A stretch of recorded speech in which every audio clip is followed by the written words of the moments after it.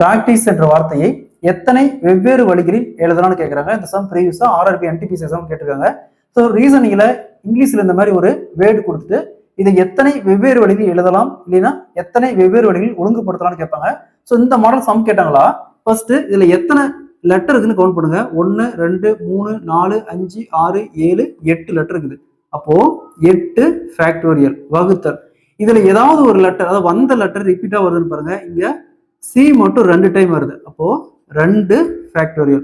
So next 8 ஃபேக்டோரியல்னா 8ல இருந்து ரிவேர்ஸ்ல 1 வரைக்கும் எழுதணும். அப்போ 8 into 7 into 6 into 5 into 4 into 3 into 2 into 1.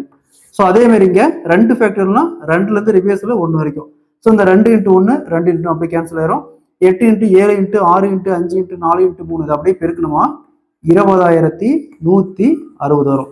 So அப்போ ப்ராக்டிஸ் என்ற வார்த்தையை மொத்தமா 20,160 வெவ்வேறு வழிகளில் எழுத முடியும். ஸோ இதே மாதிரி இந்த சம் பாருங்க, சைலன்ஸ் என்ற வார்த்தையை எத்தனை வெவ்வேறு வழிகளில் எழுதலாம்னு கேட்கறாங்க. இந்த சம் ப்ரீவியஸா எஸ்எஸ் எக்ஸாம்ல கேட்டிருக்காங்க.